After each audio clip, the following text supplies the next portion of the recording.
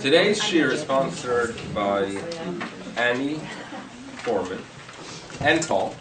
Afterthought. And so we do thank you very much for the sponsorship. It's Le'ilu Nishmas and his father, Mr. Fastman.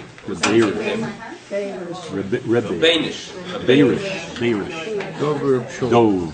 From the Shamash Abin Aliyah, from the Divrei Torah, and from the magnificent items, flowers that are behind me today.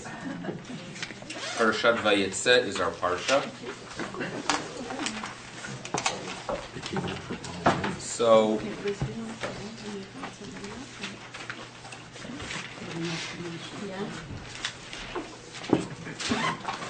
our Avot and Imaot made their way around Eretz Israel, but in general, you could call their hub. You could locate them at Hebron. Hebron is the location where Yitzchak Avinu lives. And if you would ask me where did the blessings that we read about last week, that Yaakov somehow managed to walk away with, where exactly did that take place? I would say Hebron. And reason being, we're going to read next week about Yaakov returning to the land of Israel. And he finally makes his way to visit his father. So we are told that Yaakov arrives to Mamre, Kiryat Arba, Hi Hebron, Asher Gar Sham, that you should know that this is the location where Avraham lived and where Yitzchak lived. Hebron is the place to be, it seems. And it was the location where you would expect Yaakov to begin his journey to Haran, to where he was sent by his parents to find a shidduch. Now, the beginning of this week's portion, therefore, is a little bit difficult because we are told, Vayetze Yaakov mi Be'er-Sheva. He leaves Be'er-Sheva. Vayelech Haran, and he made his way towards Haran. That's something we're going to have to address, something we're going to have to deal with. And then we are told that he reaches a location. We are not told what the location is, but obviously a very significant location. Vayivga, he encounters Bamakom, the place, the significant one, the well-known one. And the word Vayivga is a unique one. He didn't just land up in a specific place, but he encounters it. What's the message there? Vayalen Sham, and he goes ahead and he rests there. Kiva HaShemesh, a unique structure. If we are told that sunset and therefore he went to sleep, you would expect the verse to tell us Vayavo HaShemesh Vayalen Sham. Nope. We are told Vayalen Sham Kiva HaShemesh. He had a nap. Perhaps a nap. Okay. And we are told that Vayikach me avnei hamakom, he takes from the avanim, a key word in this week's portion is the even, and he takes from the avanim, he takes from the stones of the place, Vayasem me ra'ashotav, and he places them around his head. I'm okay with him doing it. I have no problem with him placing stones around his head. I do have difficulty in the fact that the text decides to share this with us. Well, you could tell me, obviously, the reason the text shares this information is because these stones eventually become an altar, because when he wakes up inspired, he builds an altar, so therefore it's presented here. Fine, but the idea that it is mira'ashotav, around his head, what are we being told with that? And then, of course, there's the vision of the ladder. The vision of the ladder, God appearing to him, telling him a little bit about what's waiting for him, the good, the bad, the ugly, the exile, the return to Eretz Israel. He is inspired afterwards. He takes an oath that this stone will be a house of worship. This will be the location of a future house of worship. And that's the end of the chapter, and then he begins, and then we are given a detailed description of his arrival in Haran, his meeting up with his cousin Rachel. But there's a need for some clarification in the beginning of the portion to understand what is occurring afterwards. Now, we know that a lot of the study of Chumash is to establish patterns and to give us an understanding of Jewish history. We know Jewish history. We know the text of the Chumash. We find patterns, things that occur later on, we find their roots in the text itself. Now, we know that the Jews were given this wonderful gift called the land of Israel. But when we do things wrong, we read this daily, God says, I'll show you the door. You will not last long in the land of Israel if you misbehave. This is what we are told. And the misbehavior of the Jews, if you read the words of the prophets, the greatest issue the Almighty has with us is when we take things that are external, there for a purpose, there to inspire us, there to teach us messages, but when we take the external, and the external becomes our whole essence and our whole identity, and we rely on it as if that is enough to be a good Jew. Meaning, the prophets cry out, Lama li rov zivchachem, korbanot. People would go ahead and bring sacrifices.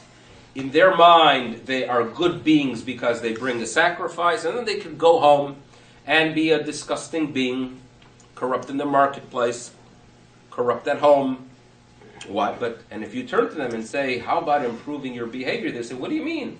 2 months ago, I even have a picture of the Korban. This is me, a selfie I took with this Korban on my way to Yerushalayim. I'm a very spiritual person. What is your issue? Right? That is the greatest threat to Judaism. Right? You know, the person who punched the Gabbai because he didn't get an aliyah. Right? Well, what is that all about?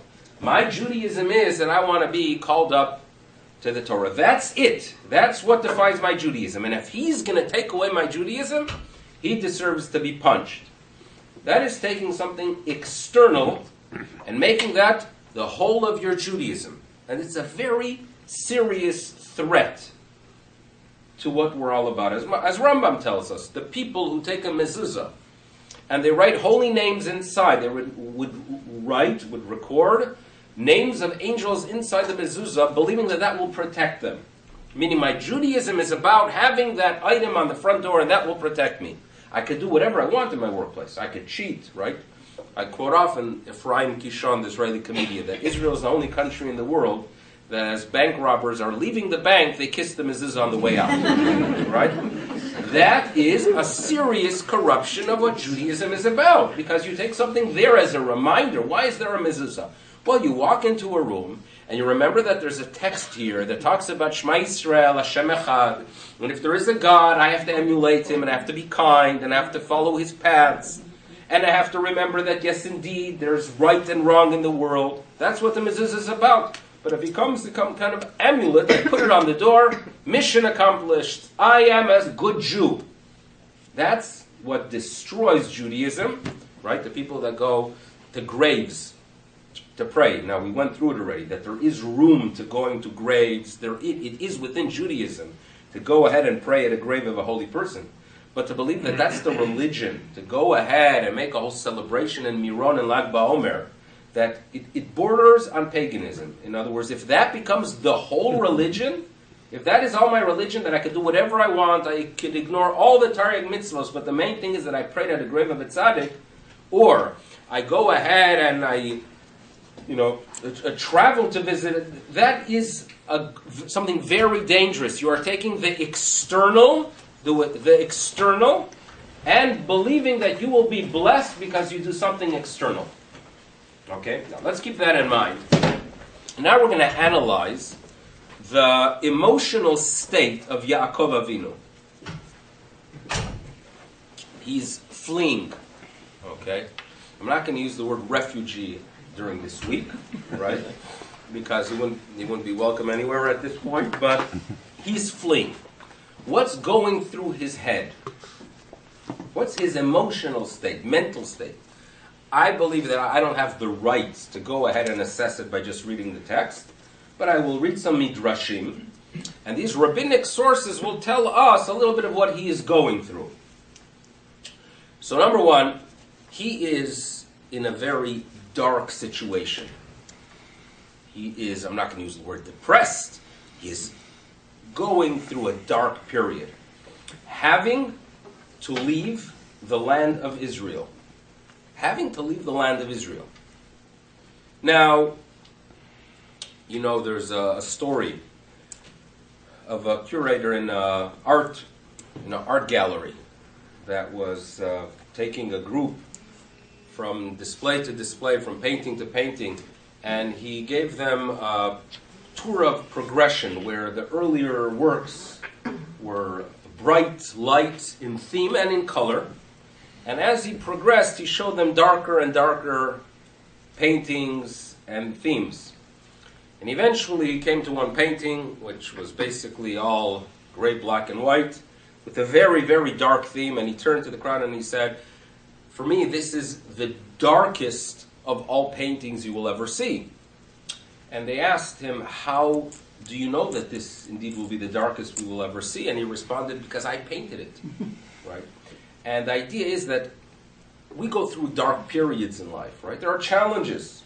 There is nothing as dark as dealing with yourself. In other words, when a person makes a mistake and they have to deal with it, right? And they start regretting. Recently there's been some Narishkeit on the radio over the past few weeks about if you would be able to travel back in time, what you would do. It's like the question that for some reason it's back in being discussed.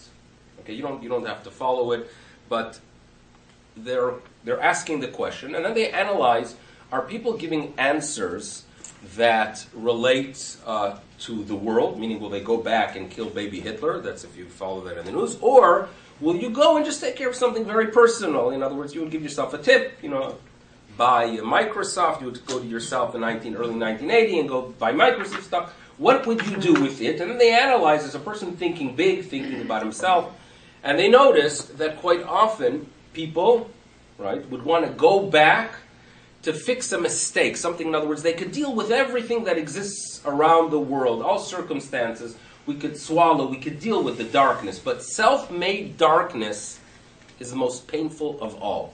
When I feel I made a mistake, how I dealt with a specific person, I cannot forgive myself. That's how humans are. We're forgiving. Deep down we're forgiven. We emulate our Creator. God is forgiving, but unfortunately we don't forgive ourselves, and that's what really Rosh Hashanah, Yom Kippur is about. We have to start with forgiving ourselves, because recognizing that HaKadosh Baruch Hu forgives. We have to be inspired by David HaMelech, because King David, he had some issues, but what does he teach us? He teaches us you deal with them, you could reconnect, a very inspiring individual. Forgive yourself, but the reality is there's darkness, self-made darkness. That is indeed the darkest of all paintings, the one we made. Yaakov Avinu, at this state, as we are reading the beginning of this week's portion, you are dealing with a person that's in his lowest, spiritually, mentally, emotionally. He is indeed in a dark state. Why? He believes, deep down, that him fleeing Eretz Yisrael is due to his mistakes, due to what he did. Him fooling his father was very painful for him. He expressed it to his mother. And he believed as well that Galut, he sensed, intuitively, Galut, leaving Eretz Yisrael, is the byproduct of putting on something external and believing that I will be blessed because I have something external. I will be blessed. I have a mezuzah. I will be blessed. I brought a sacrifice, right? That's external. I will be worthy of the blessing of Almighty God because I have something external. That's exactly what he did. He put on something external and he fooled his father. He got the blessing. This was very painful for him. Him having to leave Eretz Yisrael for him was a sign of punishment, a detachment from the Almighty. And that's the dark period he is going through. And therefore, as a result, the Midrash tells us, quoted by Nachmanides in the 13th century, that when he is told, leave the land of Israel, he's thinking to himself, my gosh, leaving Eretz Yisrael, you know what I'm going to do? I'm going to go to a place where my father actually was present at that location when he was contemplating a departure from Eretz Yisrael. And you know what happened? God told him, don't leave, don't go down to Egypt. Gur ba'aretz asher amar alecha, remain here, I'll be with you. Where was it that Yitzchak, where he was contemplating the departure? Be'er Sheva. That's why the Midrash tells us. He makes his way to Be'er Sheva. Be'er Sheva is the place that he is hoping for some clarity, for some inspiration, for some guidance. If indeed I have to leave, but at least let me try, let me place myself. He is living. You know it is. You go through difficulties in life, you ask yourself, how would my father, my grandparent, you want to find someone to inspire you, give you the tools to deal with it. Be'er Sheva was his answer, and he was hoping that he would either get God telling him, just don't go, and if yes, I have to go, but at least I was in that location. It was a location to give him the clarity. In the language of the Midrash, Hareni holech li be'er sheva. Im noten li reshut, if the Almighty gives me a green light, I'll go. That's why he goes to Be'er Sheva. He's struggling. It didn't work. And he makes his way towards Haran. But then it hits him that yes, this location, meaning the Temple Mount, can serve him as well. In other words, for Yaakov at that state, he could relate to his father standing there in Beersheba, wondering if he should leave the land of Israel due to a famine or not. He could relate to it. He couldn't really relate to his father laying on an altar, because laying on an altar, being offered, was a very high spiritual level that Yaakov felt very distant from. You feel, there are times that we feel in life that, perhaps there are holy people out there that could turn to God, pray to God, relate to Him, accomplish things. You feel very distant at times. You feel lost. But something hit him when he reached that location, and Yerushalayim is a city of clarity. It is a city of clarity. It's a city where we are told in our sources that prayers have a different effect, and there is no question. He arrived in Yerushalayim and something hit him. That even though he feels down, and even though he feels that he's in a dark place, he could yet connect to the same God that his father connected to, laying on an altar on a very high spiritual level. In other words, it seems to be that in Judaism, the more broken the person is, actually, the easier it is for him to connect to God. That's what Judaism is about. There's no such thing as being distant. This is something, if you read the works of Rav Nachman of Breslev or Rav Tzadok Khan Melublin, perhaps the greatest contribution of Hasidic thought is the idea that there's no such thing of being detached. You're always connected. You feel broken? Well, that's actually a tool. Lev, Nishbar, Kadosh Baruch Hu always accepts. And that's what hit him at that moment, and that's what we are told. It hits him.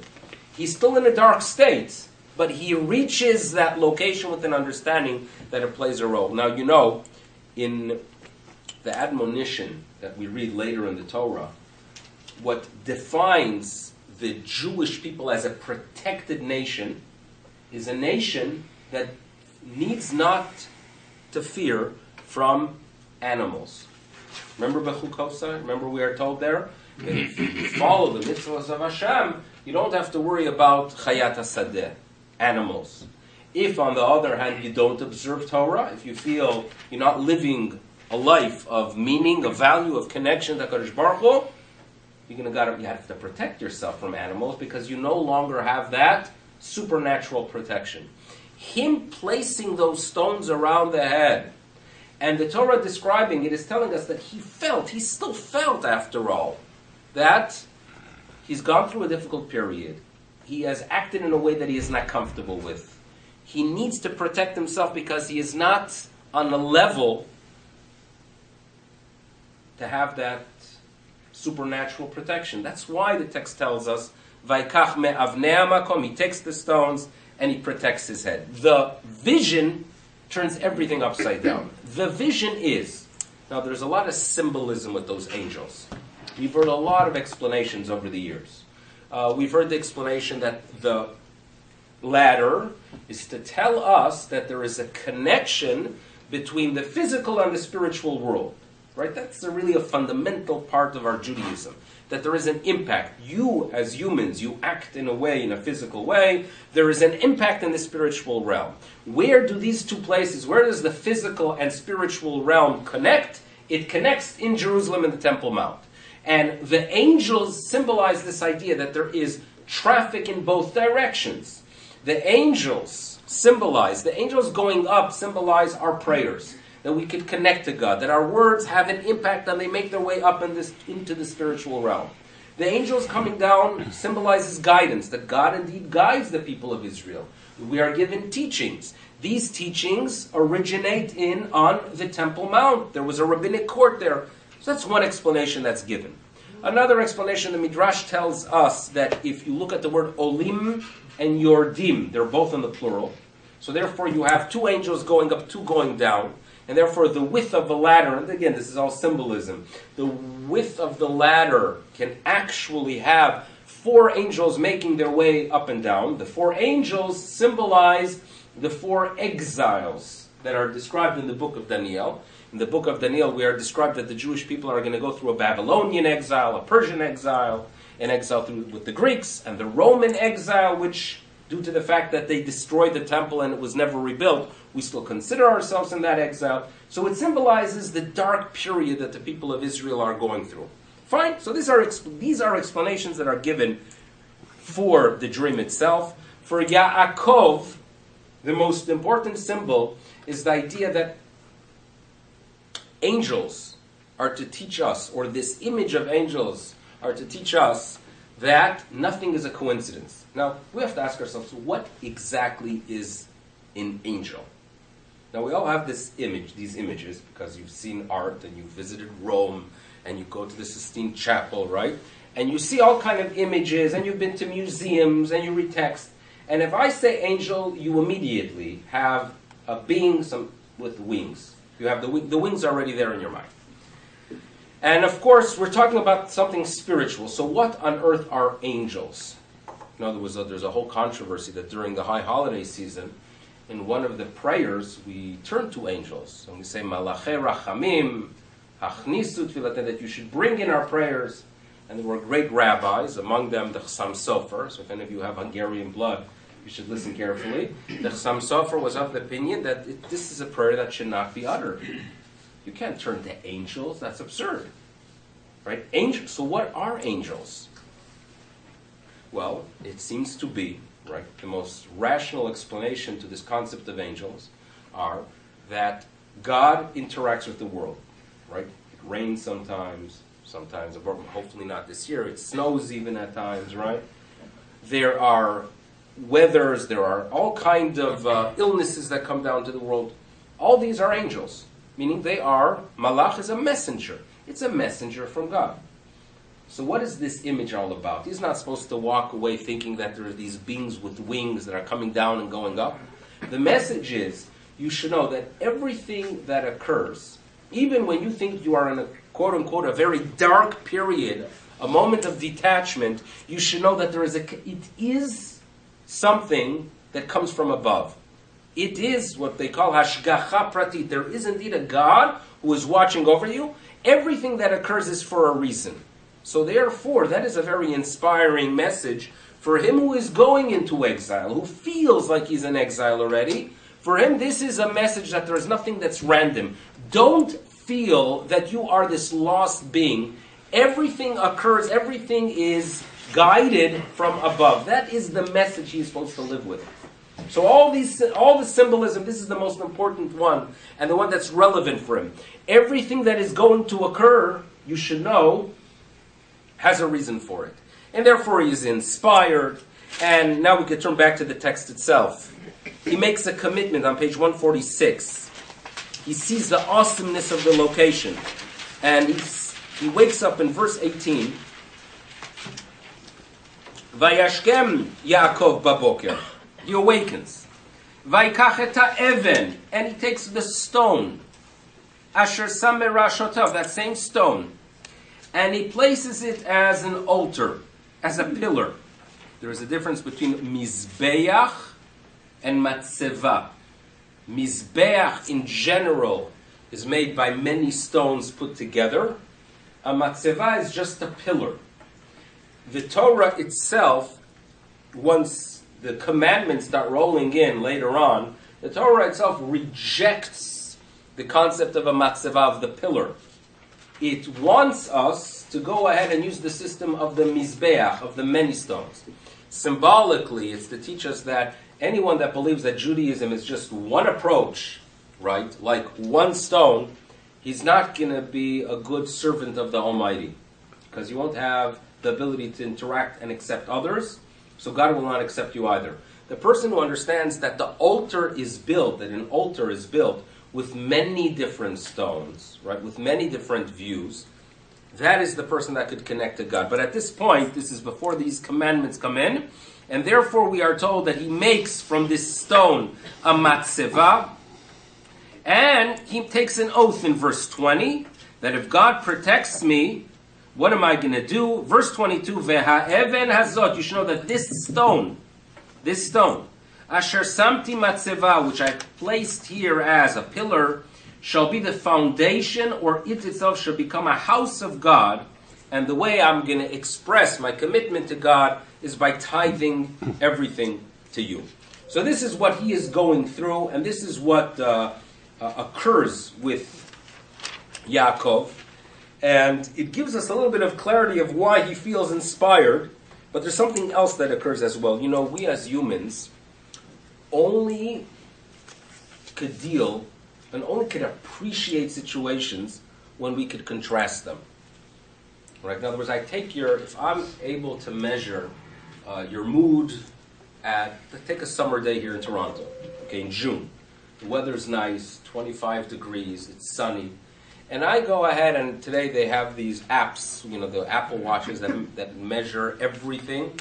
So eventually we'll have the ability to measure your mood, how you felt during the day, how happy, how appreciative, right? An app for appreciation.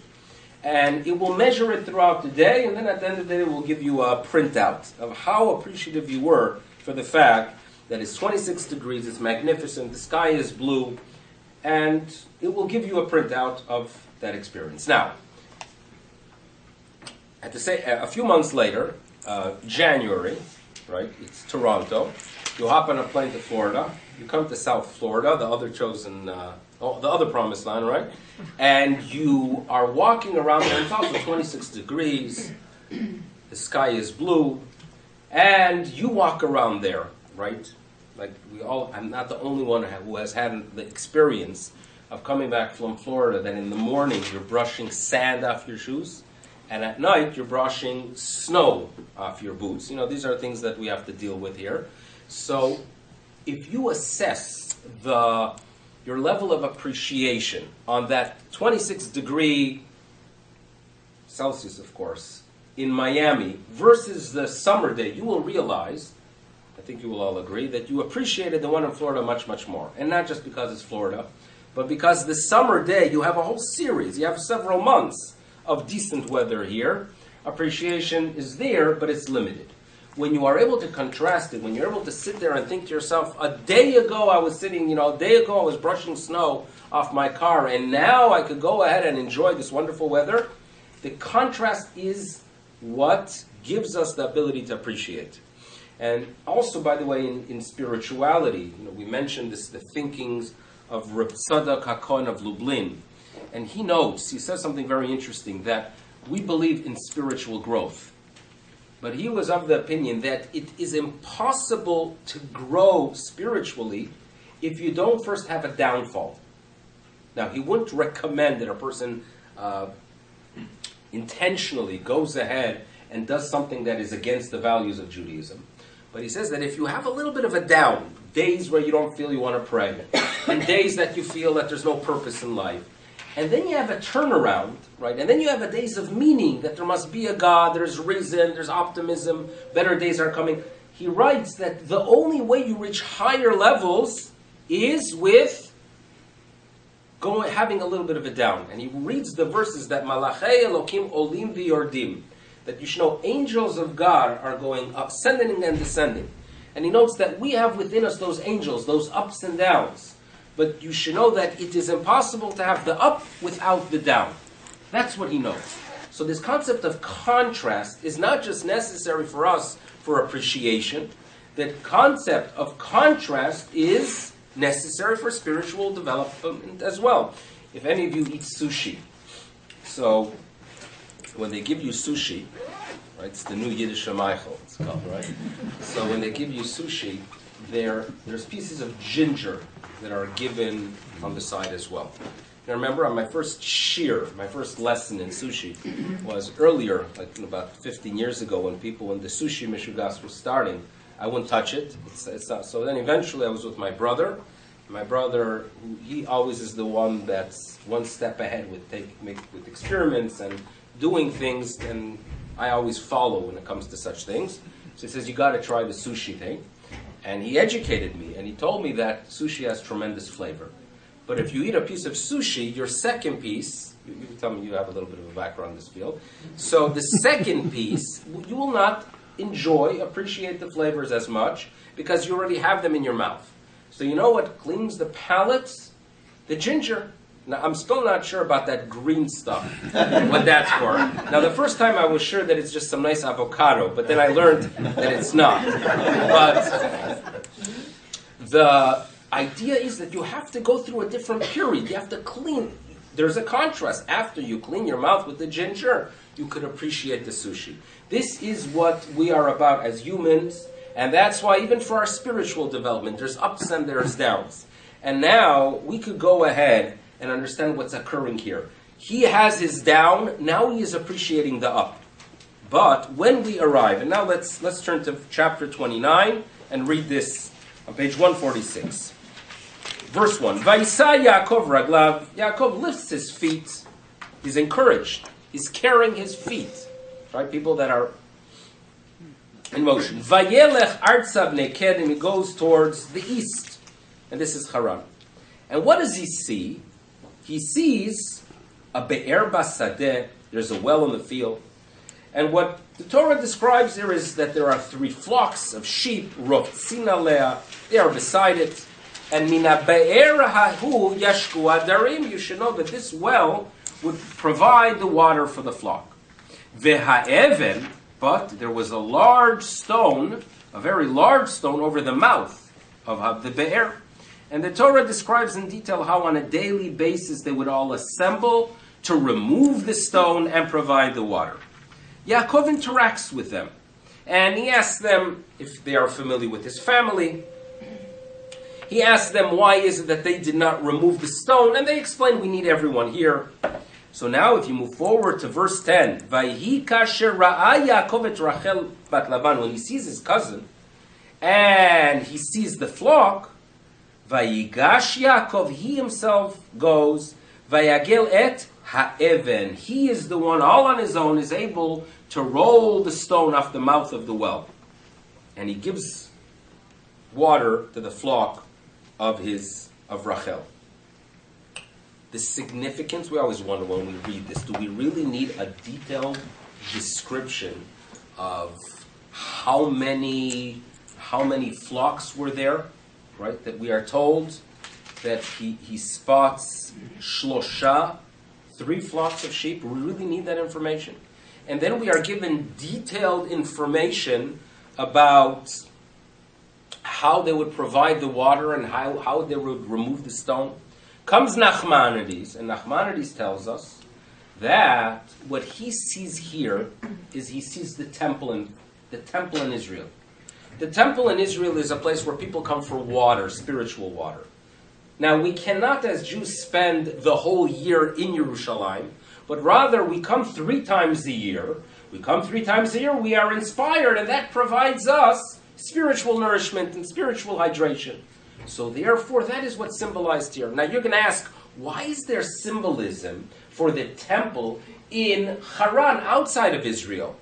You know, if this event would occur on the Temple Mount, so we would understand its significance. Why is it described Why is it describing what is occurring out there in Haran? So the truth is, you cannot appreciate Geula without Galut. The word Galgal. Galgal is a wheel. Things turn. And the fact is that we will never reach appreciation. We cannot, as a nation, reach an appreciation for the redemption if we don't go through an exile. So the result is that even the exile itself plays a role in redemption. I believe we live in an absurd world. The world is absurd. Okay, you follow the news over the past few days, right? And the level of absurdity is so agitating. Now, it used to be that we would read the news once a day, get the newspaper, read it in the morning, get very agitated, and then move on, and the rest of the day we could live without the agitation. Well, you can't do that anymore, because we are addicted to information, right? And we go ahead, we have this illness, that we have to go ahead and know what's happening in the world every 45 minutes. Some people every 45 seconds, right? But if we're not so desperate, we do it. And you realize that there's tremendous absurdity in the world. The idea that you have a country, right, falling apart, knowing as Syria, Iraq. So what the world is going to do is, okay, Syria and Iraq is falling apart, so let the West fall. If the East is falling apart, so let the West fall apart as well. Because if you analyze what occurred, they interviewed someone in France, and they asked them, how did this happen? And his response was that you should know, we failed 14 years ago. In other words, this was waiting to happen for the past 14 years. And that's what do you mean? He says that when 9/11 occurred in New York, in the United States, there was, in the suburbs of Paris, teenagers, children, perhaps even some adults, celebrating, right, and high-fiving for the fact that mass destruction occurred in New York and Washington. What should have happened that moment is that should have been a wake-up call. That we have to go ahead, and if there are preachers, right, teachers, preachers who are inspiring people to act in such a way, we should have sensed there that we have a very serious issue. But it's France. They ignore it, right? You live in liberty, value, whatever their values were, these are values that is destroying them. There is absurdity. The fact that you could have a foreign minister, I think from Sweden, saying that, listen, you have to understand that there's a lot of hatred, and the reason these things occur is because the Israelis did not settle the issue with Palestinians. That is why these things occur, right? Welcome to an absurd world. And every once in a while, I'll ask myself, I believe that there's a higher being. I believe that the higher being is a rational being. He wants the world to be a place of peace. He wants the people to settle and do all kind of good things. Why is there such absurdity in the world?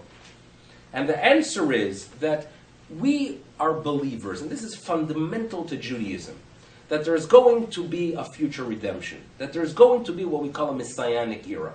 It's something that is fundamental. Rambam tells us it is one of the principles of faith. Because if you believe that there is a God, and He is involved in the world, He wants a functioning world. And a functioning world needs to have a spiritual headquarters that we call Yerushalayim. It's a must. But we're not going to be able to appreciate the Geula if we don't go through a period of Galut. We're not going to be able to appreciate, right, the values, the depth, the peace, the tranquility, and all the gifts of the Messianic era if we don't go through a period that is of complete insanity. That's how it works. And there are many, many midrashim that indicate that before the Messianic era, there will be great darkness because God wants us to appreciate the light. Galut, Geula, all come together. You cannot have a Geula without a Galut. And therefore, this image that symbolizes the temple, this image that symbolizes a temple, and if you think about it, it's a stone. You move it. There's water. Water symbolizes Torah, teachings. It gives life. Three flocks. All of it symbolizes the temple. But Yaakov is being told that don't think that because you're in Galut it has nothing to do with the redemption. You can only reach a redemption if you experience and see that everything in Galut is there for a reason, because eventually there will be a redemption, and you have to have the ability to appreciate it, and you will not achieve that without the contrast. That is what is taking place, and therefore the word Evan, which is the beginning of the portion.